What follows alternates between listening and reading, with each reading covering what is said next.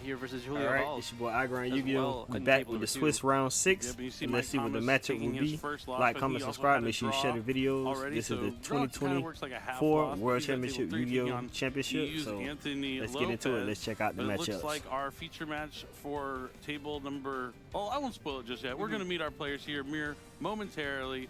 So let's go ahead and find out who's going to be playing our round 6 feature match here at the Yu-Gi-Oh! World Championship 2024.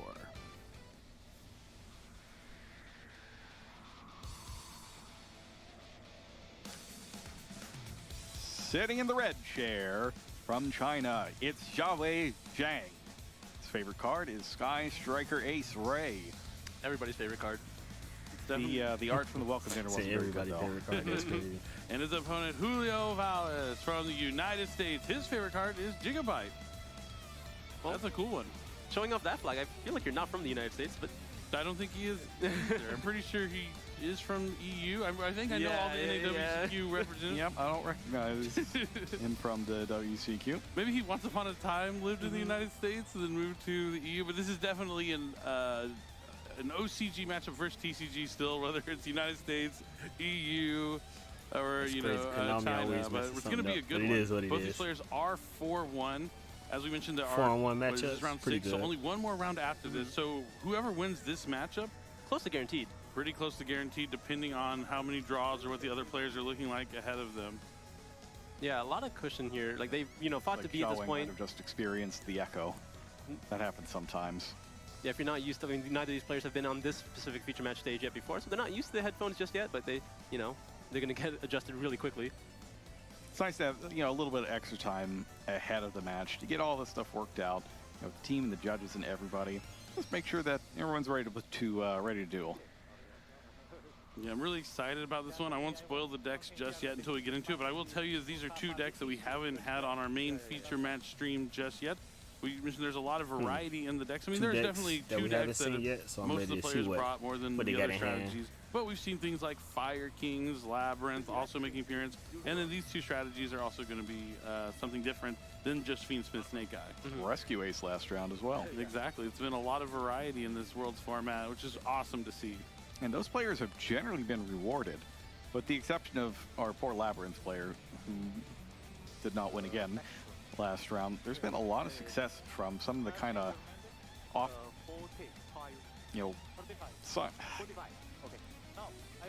I lost the word that I was going to say.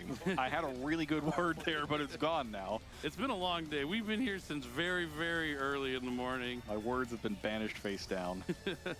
Never to be seen again. But our players are shuffling up. You did hear them exchange asking how many cards were in each player's deck. That's a good question to ask before you start a round, just to know what your opponent's working with. You might be able to tell, like, oh, you have 60 cards in your deck. There might be some indicate what you might be playing, but 40 here for Xiaowei and 45 for Julio. The Tierman, is it branded? There's all sorts of cards that you can play at higher deck counts these days. Adding Melodious into whatever other deck you play. We've seen all of these things this year. I feel like if you're going above 40, there's a range, right? If you're like slightly above 40, it's still very likely to be Fiendsmith Snake Eye, Fiendsmith Yubel. If you're a lot above 40, all of a sudden it's just only branded. I keep seeing these 53 Snake Eye Melodious decks, though. Okay, well, yeah, that's a hybrid of just pure powerhouse, You're sacrificing a little bit of consistency for a lot of power. I have a 50-card Fire King deck. I don't know what you're sacrificing or what you're gaining, but Fiendsmith cards. Sacrificing Fiendsmith cards. I'm sacrificing Fiendsmith cards, gaining a lot of those interactions from the hand that I can play, but also maximizing on the consistency cards like stuff like Ponix. You're sacrificing my sanity for your gain. Exactly. As long as it works for me, that's all that matters. But players are shuffling each other's deck. Final cut before the 6th round starts. I really can't believe we are already at the 6th round of Swiss.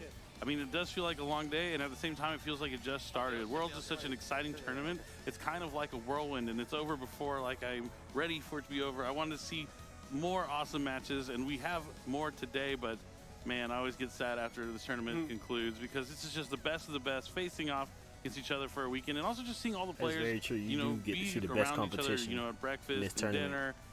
It's just so much fun, and the atmosphere and the excitement around is just, it's invigorating. It does feel like the matches have flown by.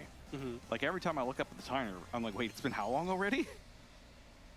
These matches have been moving pretty slowly, but it seems like the players are getting ready here. They're drawn their hands.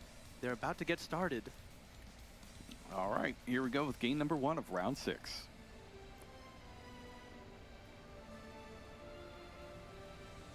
All right, let's go. Game number one. Let's get started. Here comes the die roll.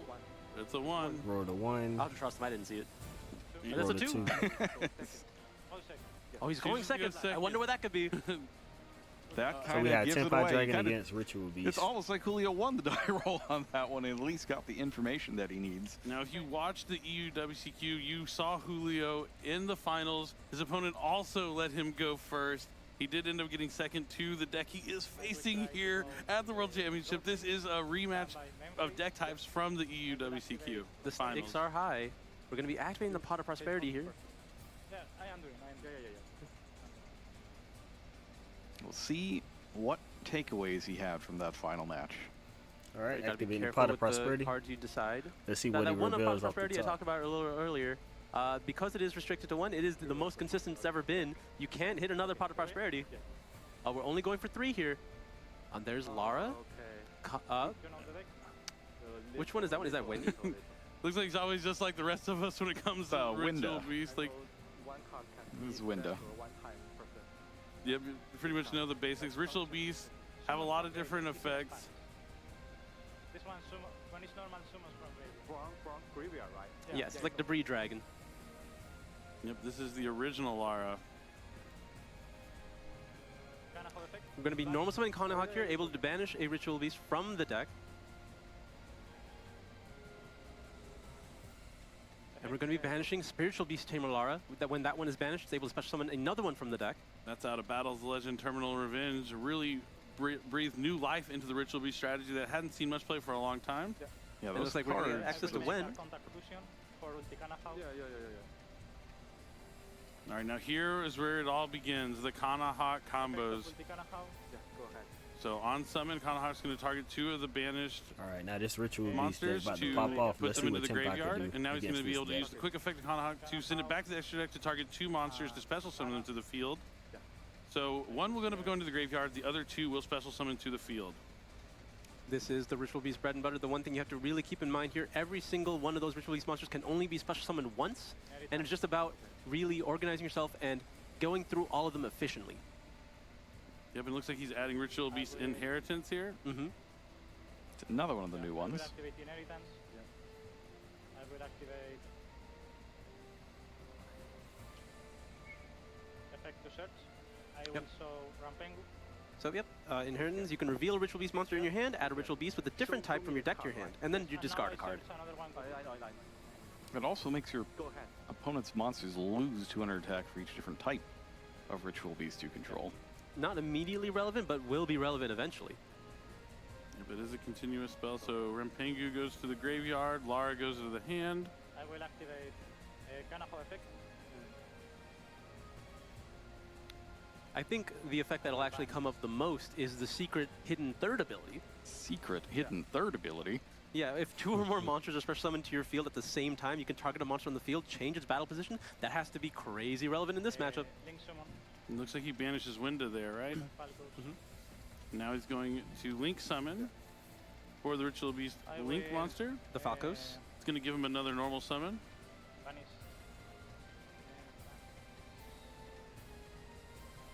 Vanish. When? From his graveyard, he's going to be banishing the Wen. Extra summon from my hand. Check this effect. I can tag out. I have a see you. Oh, it's not English, right? No, that's why.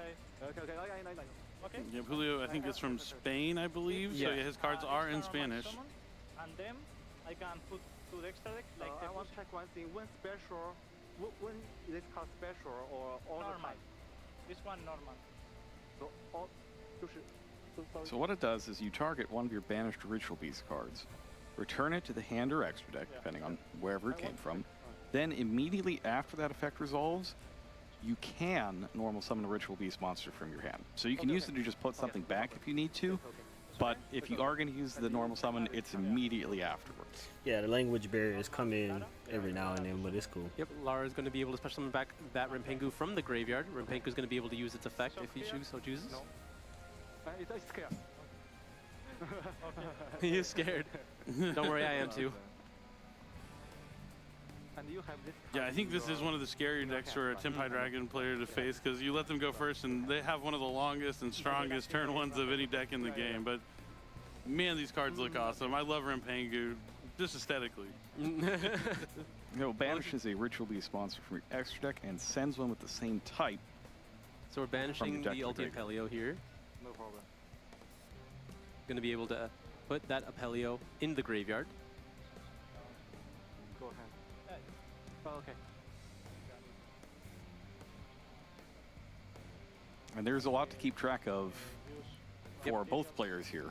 And now, similar to Yubel, we're going to be banishing both those two in the graveyard to contact fuse for Ruby, not you Draco? I think this one's name was always hard for me to pronounce. Ritual Beast Ulti Nochu Drago. Okay. I will contact monsters. All right, so he's going to be able to banish his two Ritual Beast monsters to summon Kanahawk again. Kind of have effect. We're going to see that same Kanahawk combo where it gets the target two to put into the graveyard, then he changes the effect to put it return itself to the extra deck. Target two other monsters, well, one other monster and one of the same. Two monsters special into the field, and the other one will end up in the graveyard. Yep, the effect resolves as much as possible, so it will summon. You're going to be able to summon the Lara and the Apelio. Be special. This card not yet. No, this was a special summon by Lara effect. Oh, okay. And this was the extra normal summon of Yeah, it's normal. Okay. Yeah. Okay. So now all those copy and make sure to keep paying attention to which ones have been special summoned, because once they've been special summoned once, they cannot be special summoned again. I think the scariest thing about playing against Ritual Beast is you know the person using that deck is extremely dedicated to the strategy usually, and it is quite terrifying. But we do see him adding Ritual Beast Steeds. It Yeah, I used haven't to really be seen their, too many people playing the bread and Ritual butter Beast card deck, kind of but able to destroy it's cards and put them definitely inside the a field equal to powerhouse. their number of Ritual Beast monsters. Really strong.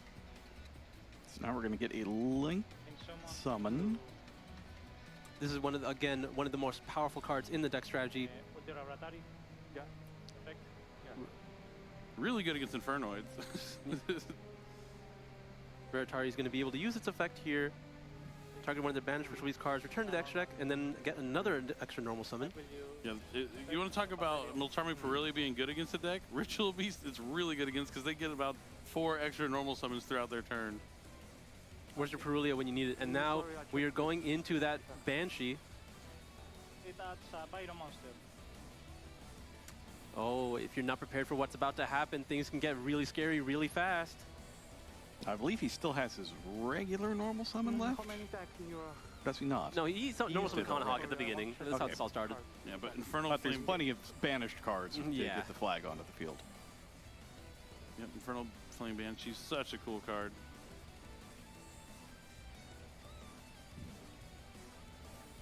Very cool card, most recently used for strictly evil.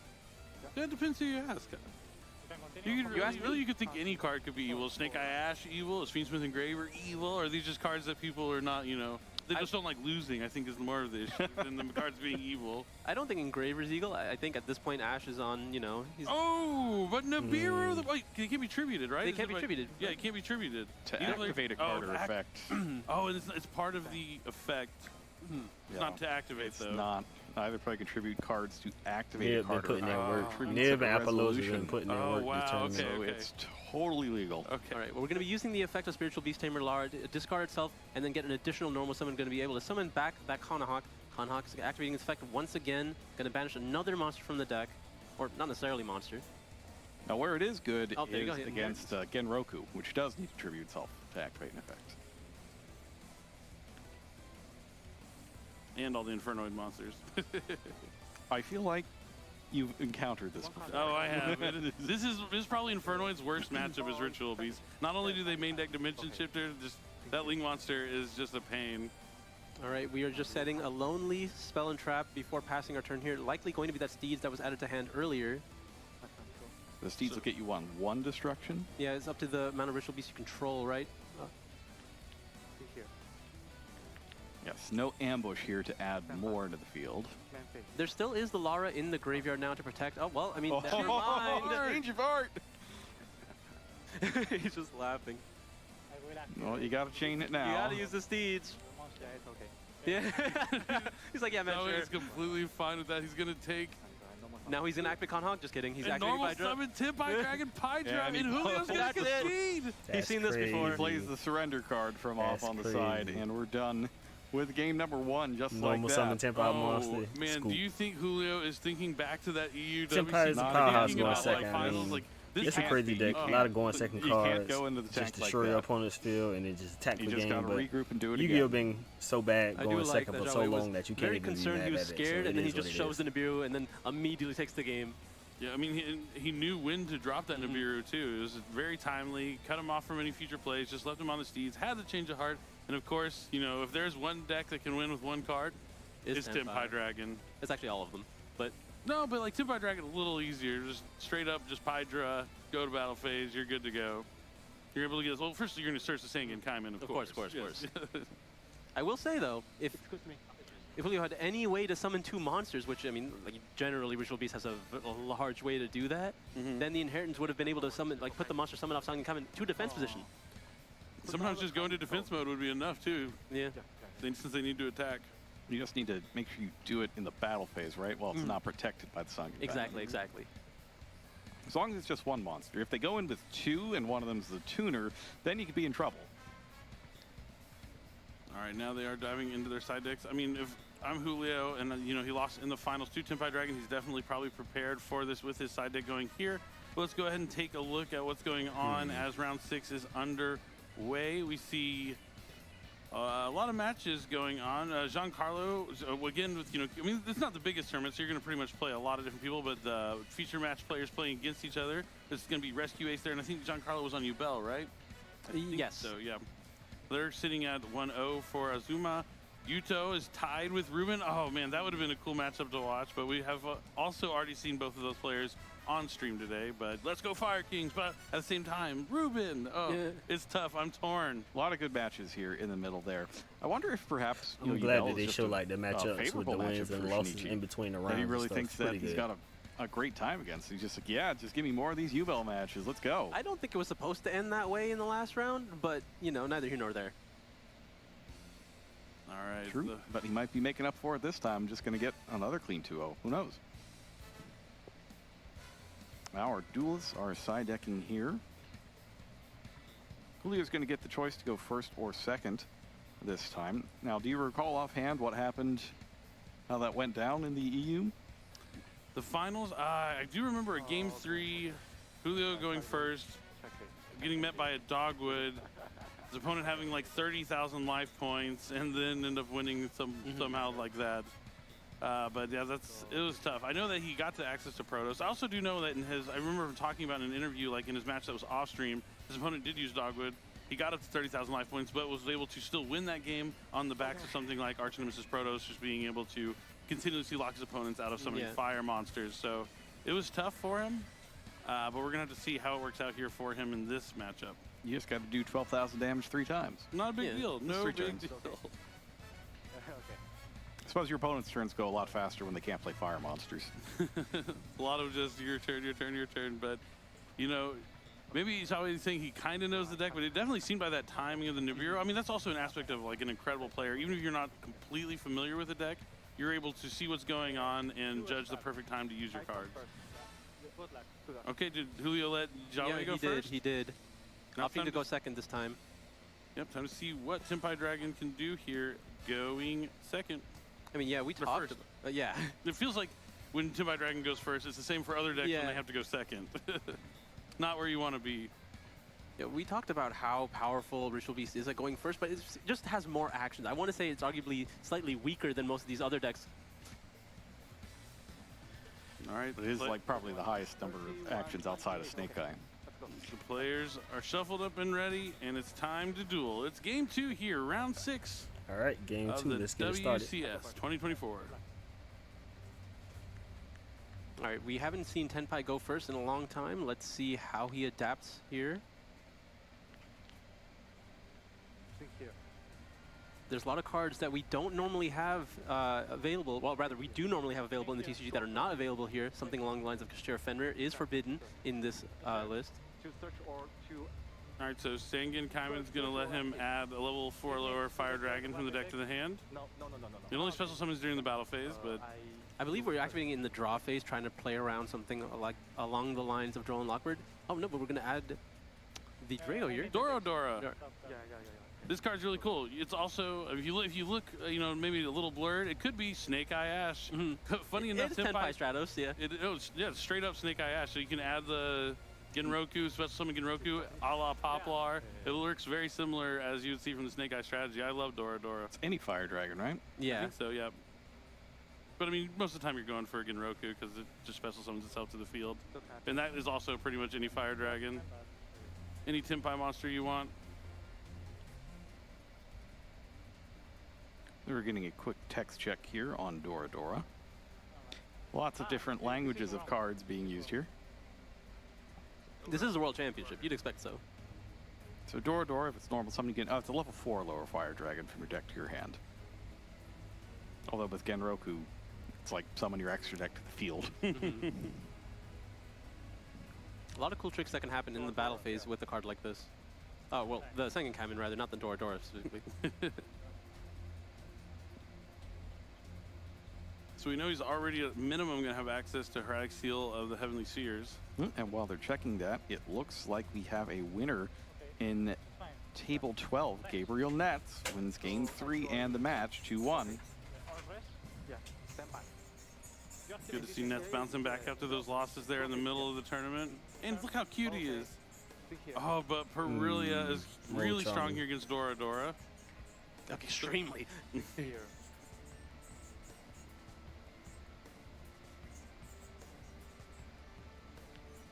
There's a world that Joey has to pass here instead now of giving your opponent 2 draws just to make a hieratic Think seal. it hard if you want Yeah, he something from could the just hand. potentially. Yeah, that is what he's thinking about. Do I want to pass with an open field? I just hope he's not able to play, but I think that might be asking for a little too much. Another thing is, like, does he know how much damage a Ritual Beast deck can put out in one turn? Stand by. Really considering his options here. Okay, we're going into the main phase. It seems like he might be choosing to commit to the field now. I'm pretty sure it can get you for 8,000. Ooh, there is a triple tactics thrust. Gonna be able to set something here. But not at it, because there's no monster on the field. Here.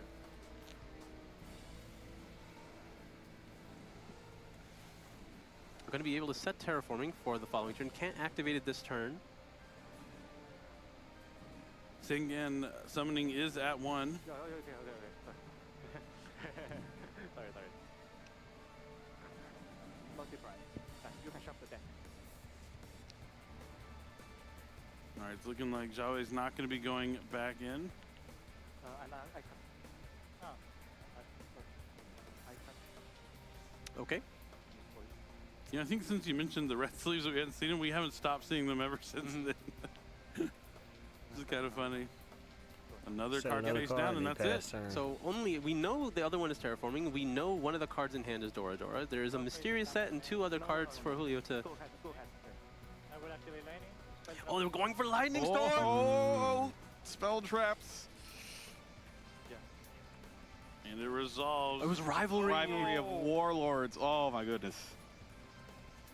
Wait. That would have been brutal.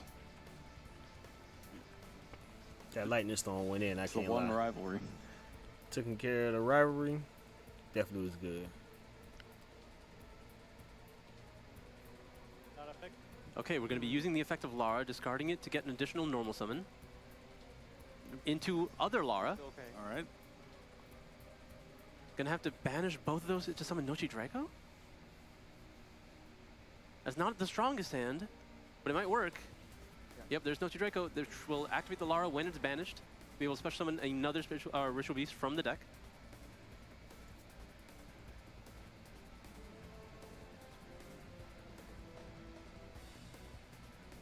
At least here, it doesn't have to be a full combo. It just has to be 8,000 points of damage. Okay. All right, We're so getting you the Kanahawk here. Kanahawk. He still has his normal summon available. Some of these Ritual Beast monsters can get fairly big, and they can also, I believe one of them gives all of your monsters an extra 500 attack points. It's one of the Apelios. Yeah, regular Apelio, right? When you banish one from the grave. That sounds about right. All right, Kanahawk effect to banish. Yes, banish a Ritual Beast card from your graveyard. The rest of this turn, all Ritual Beast monster control will gain 500 attack and defense, so including ones that are summoned afterwards.